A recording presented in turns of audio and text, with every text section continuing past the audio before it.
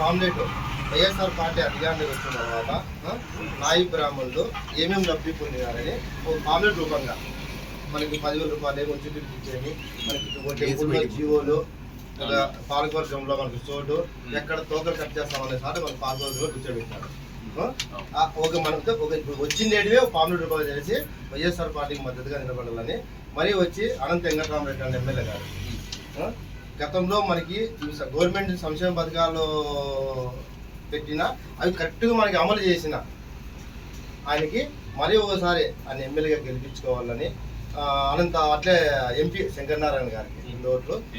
Okay, మీరు అనంతపూర్లో ఎన్నాళ్ళు అవుతుంది? 20 ఏళ్ళు. 20 ఏళ్ళ కింద అనంతపూర్ టౌన్ ఎట్లుంటే ఇప్పుడు టౌన్ ఎట్లుంది? మైండ్ బాగుంది. ఇంతవరకు మనకి ఇంత గౌరవం ఎవరు ఇచ్చారా?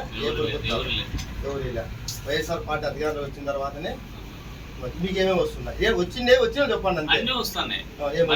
ఉన్నాయో షాప్ కటింగ్ షాప్ కి 10,000 రూపాయలు వస్తాయి, అమ్మఒడి వస్తుంది,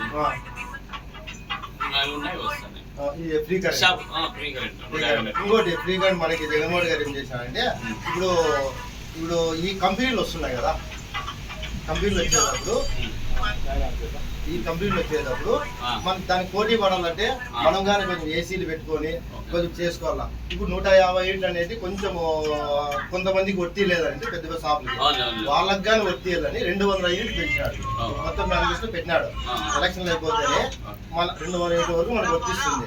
ఎందుకంటే వాళ్ళతో మన కంపెనీతో పోటీ పడాలంటే మనం షాపు డెవలప్మెంట్ చేయాలంటే కొంచెం కరెంట్ ఎక్కువ కాస్తుంది కదా, ఆ కరెంటు వాళ్ళ కరెంట్ కాకుండా నాయ బ్రాహ్మణులు కానీ ఇంకా వాళ్ళు లబ్ధి పొందల్లా, వాళ్ళు ఒక మంచి పొజిషన్లో ఉండి వాళ్ళ కుటుంబాలు కానీ బాగుపడడం చేసి 50 ఏళ్ళు పెంచినాడు. 200 ఏళ్ళ వరకు ఉచిత చేసినాడు. ఎలక్షన్ అయిపోతుంది మనకి ఇన్ని మేలు చేసిన జగనన్నకి మనకి ఇంతగా సపోర్ట్ నిలబడిన అనంత వెంకటరామరెడ్డి అన్న గారికి ఏమిచ్చి రుణం తీసుకుంటాం.